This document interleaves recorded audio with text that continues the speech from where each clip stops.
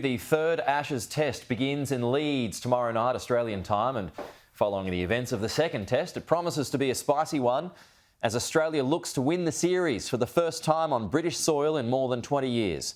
Joining us live now is Australian Cricketers Association Chief Executive Todd Greenberg. Todd, good to have you with us this morning. Thanks for your time. I just want to start first of all with this report in the Australian this morning. Are you able to confirm that family members of players and staff, including someone's mother and an 11-year-old kid, were verbally abused by fans at Lord's during the second test?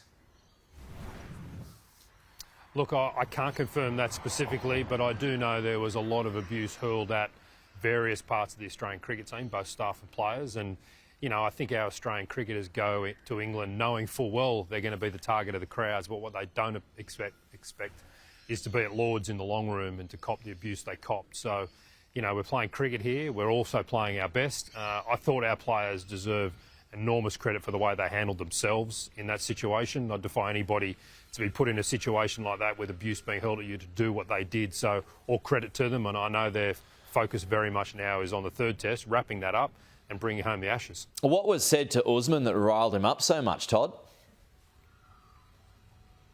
Yeah, I mean, the specifics of what was said haven't come through to me. But what I do know is that the abuse was loud, it was strong, and it came in an area of Lord's which is effectively sacrosanct for cricket. And it's never been seen before, and I hope it will never be seen again.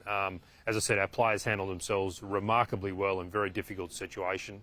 I think it has steeled their resolve for the rest of the series. And part of me thinks that, you know, this is all an underline ploy for England not to be talking about the fact that they're 2-0 down in the Ashes, and the Ashes are seriously falling away from their grip.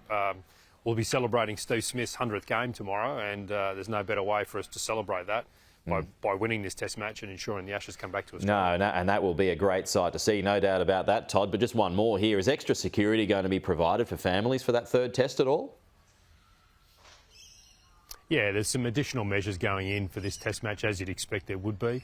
You know, there's a heightened sense around this game, given what's gone on over the last few days. I mean, it's been unbelievable. I've never seen anything like it. The Furore prime ministers on both countries getting involved. It does tell you what Ashes cricket means to a lot of people.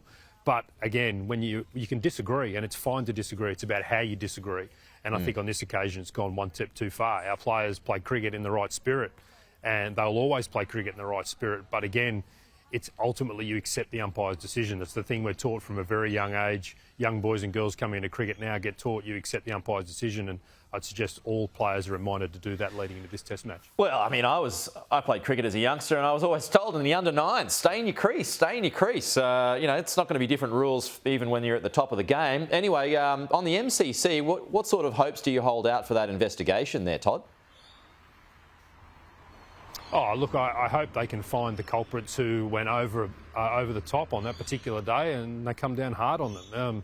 You know, it's a great privilege for players to play at Lord's, but equally it's a great privilege for members of the MCC and others to be given that privilege to stay up close and tight with the players when they walk through the Lord's long room.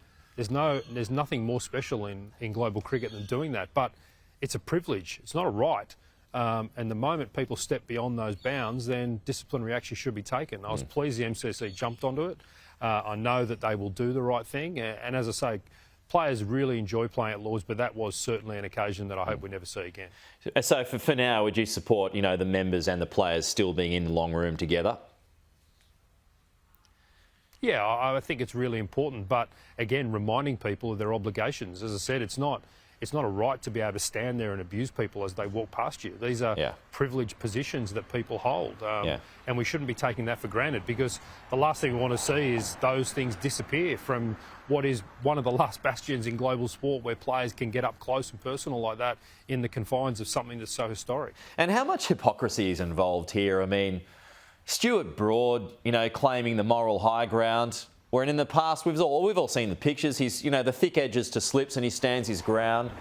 You've got the England coach now, you know, who has done these sorts of things in the past, how quickly people forget. How much hypocrisy is laced throughout all of this, Todd? Yeah, there's an enormous amount over the last few days. But what I would say I think personally it's one of the great smothers, because they're now down 2-0. No one in England's talking about the fact they're down 2-0. We're all talking about that here in this country. But over there, they're all talking about the other things other than the team's performance. Yeah. And the one thing I do know about our team, it's steeled their resolve going into this last game. So, yeah, there's various debates going on all over the place, but the most important issue is about how we play our cricket. And when, Rishi Sunak, the Prime Minister, weighs in suggesting sportsmanlike conduct was not upheld, I mean, how do you react to that when it goes to the very top levels? And then our Prime Minister, quite rightly firing back. Yeah, well, it tells you something about how important the Ashes are to people. And, I think we've heard the concept that sport and politics don't mix. Well, we're certainly seeing that unfolding right here. But, when people talk about the spirit of cricket, it's really important. I had a look at the spirit of cricket yesterday when I actually delved into it. And the spirit of cricket talks about accepting the umpire's decision. Yeah. And it's a thing we get taught at the very, very premise of our journey. And that's a really important part. Play hard, play fair, but accept the umpire's decision. And that's the way it is. And we were the recipients of that the day before on the Mitchell-Stark catch, where some people thought it was a catch, some people didn't. By the letter of the law, the ball touched the ground. And guess what? We accept the decision and we move on. My sources tell me, Todd, as well, that the Sun newspaper is going to have the cardboard cutouts of a crying Steve Smith around the ground tomorrow night to use for that first session. I mean, is that all part and parcel? Is that going to rile him up at all, or he won't be bothered about it?